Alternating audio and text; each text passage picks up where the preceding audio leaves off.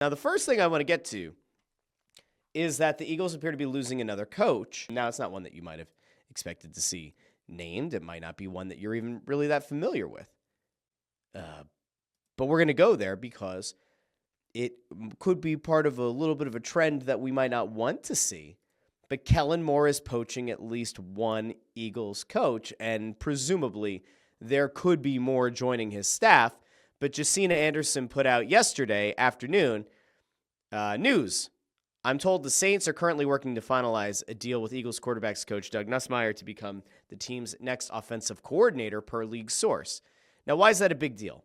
Well, because as we all know, the Eagles are in need of an offensive coordinator. Why? Because Kellen Moore took that Saints job that I still think he's kind of crazy for taking, but I understand there are only 32 of those jobs, and I guess there's never a guarantee that you're going to have the opportunity the following season, but I will just very simply point out the fact that I'm fairly confident Kellen Moore could have had his pick of jobs next year.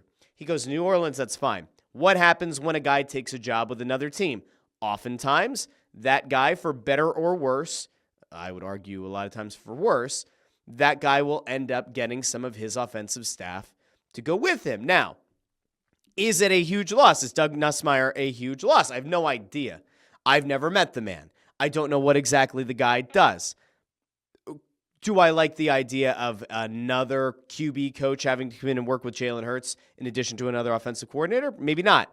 At the same time, if you are going to hire a new OC, which hopefully will come from outside of the organization, chances are that guy is going to want to have the opportunity to hire a lot of his position coaches. And maybe Doug here took a look at the landscape and said, you know what, if I'm not going to be considered for offensive coordinator with the Philadelphia Eagles, and there's a chance that they're going to bring somebody else in who might not want to keep me in this role, then you probably leave. Now, in fairness, that's a nice jump from quarterbacks coach to OC. Probably a nice pay increase as well. Job security in the National Football League, a little bit hard to come by. So kudos to him. Now, the reason that I say it's like slightly concerning, if we want to call it concerning, I don't know if I'm there yet, is Kellen Moore was a well-liked guy and put together a nice group around him and worked very well with the guys who had already been in place. And it stands to reason that if he has the ability to offer some of these guys a better job or a higher paying job, they're going to consider going with him. Now, it doesn't necessarily portend bad things for the Eagles. I don't look at this move as being an indictment on Nick Sirianni or the Philadelphia Eagles organization. But if you have the opportunity to become an offensive coordinator, you could certainly do worse than doing that with somebody that you worked with closely on this Super Bowl winning offense. So kudos to Doug. All the best to you in your future endeavors. It does lead to a question, though, and that question is, what the hell are the Eagles going to do at OC? Because as of right now, that remains a big question mark. Now, there have been a couple of names thrown out. One of the names that was kind of bantied about for a bit was not exactly panned by Jalen Hurts, but it wasn't one that I think got like a resounding endorsement. It was at the end of the regular season, and Hurts was asked about it, and it really sounded like his hope is that they're going to get an established offensive coordinator. And in fairness, it made a big difference this season going from an internal hire the previous year to actually going out and getting a proven guy in Kellen Moore. And what's the easiest way to put this? If you're Jalen Hurts, at some point you have to want some sort of stability at offensive coordinator. He's on, his fourth since joining the Eagles, right? I think third or fourth offensive coordinator, or third or fourth different quarterbacks coach. At some point you want some consistency. Now, you could make the case that it could be worth looking at an internal hire if it's somebody that Hurts has really good rapport with, that already has good rapport and built up equity with Nick Sirianni, that can kind of serve as a liaison between the two. Maybe you feel good about that possibility. Maybe you want to go after another young, potential, up-and-coming offensive coordinator. Kellen Moore was unique in that he had served a role with the Cowboys for a number of years. He had gone out and served in the same role for the Chargers, and then he came here. So it's not like he was a young pup in his first or second year in that kind of role.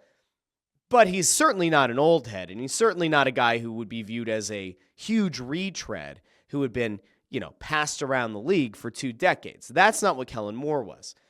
Could I envision a scenario where the Eagles say, you know what, we're going to go and try to find another dynamic offensive mind. We want to try to go out and get somebody who can be sort of like another Kellen Moore.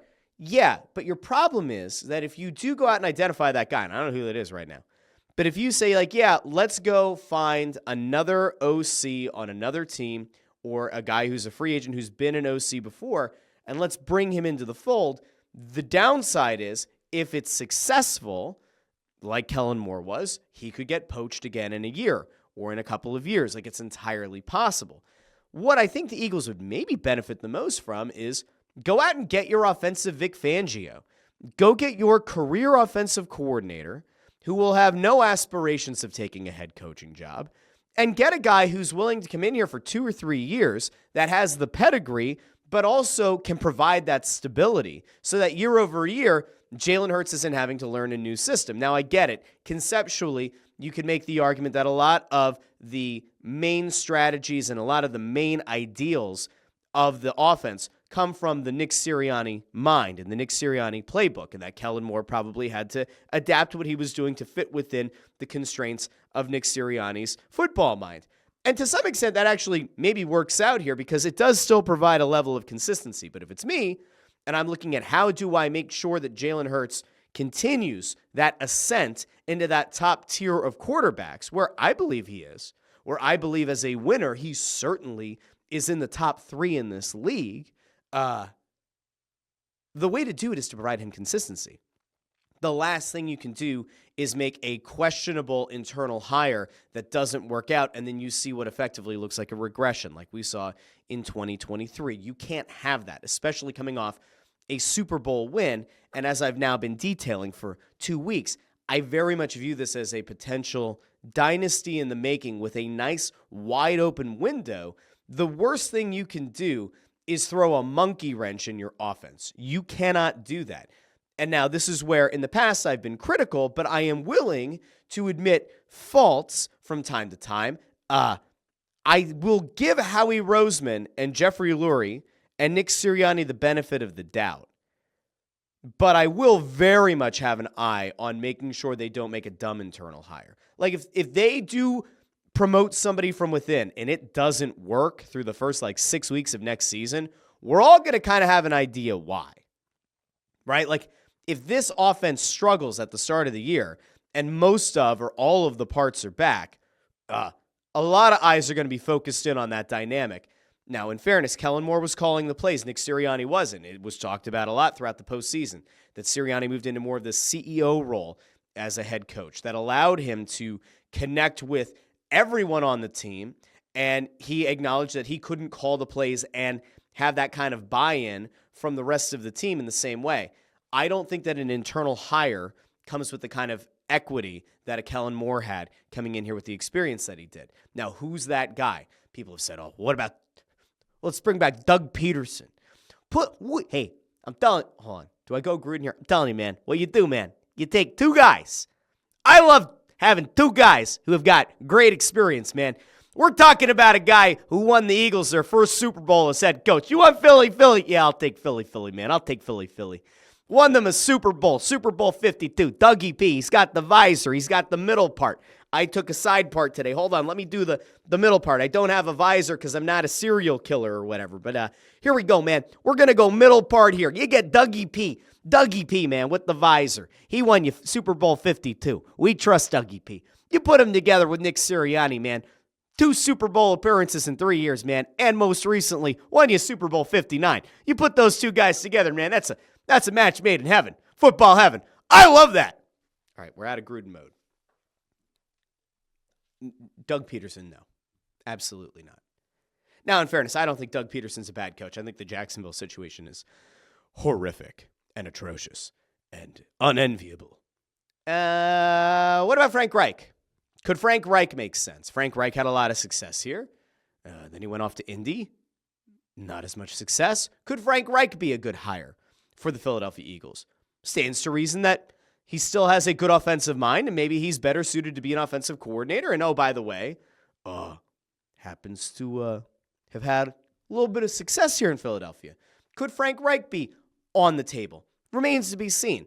I don't know. Sometimes you wonder about the dynamic of a guy leaving a team to go off and take the head coaching role. It doesn't work out. Does he feel a hesitance about the appearance that he's crawling back to his old team to take on the same role, to be the offensive coordinator again? I don't know. Does the organization negatively view the guy for having left, and then things kind of fell into a little bit of chaos, and then they never ended up kind of pulling the nose up on the thing? Like, is that where we're at with Frank Reich? I don't know. But again, like, if it's me, I'm looking for my Fangio. I'm looking for my offensive Fangio. I want stability, and I want somebody here with a proven track record. And I think that as you're coming off of a Super Bowl win, and again, with that dynasty window open, now is not the time to experiment with an internal hire. That's just where I'm at. Now, again, I don't know jack shit, right? I'm not in those meetings. I don't know this coaching staff. I don't talk to these players. I couldn't tell you the first thing about the dynamics within the quarterback room, the offensive team meetings. Like, I don't know. If there's somebody that you have total buy-in from Jalen Hurts, Saquon Barkley, A.J. Brown, Devontae Smith, the O-line, your sister's ass, like, fine. Let's just have that guy take over. That's fine. But it better be pretty clear to the public that if that internal hire is made, that it was done after consulting with the star players on this offense, and that everyone had, like this guy had, unanimous buy-in. That's the kind of thing that the Eagles organization will have to do if they choose to go the internal hire route. If they go outside of the organization, we'll critique it, right? We'll scrutinize it. But if it's a smart hire, we'll probably laud it.